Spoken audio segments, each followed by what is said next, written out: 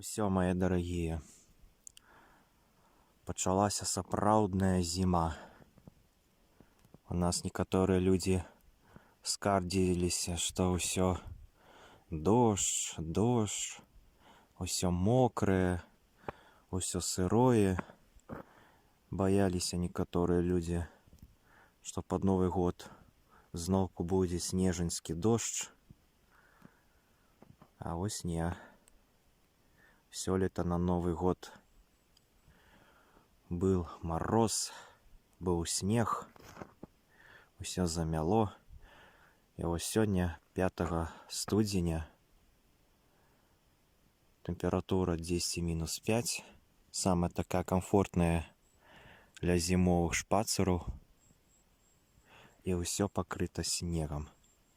Усё пад такім вялікім, толстым слоем срэбра.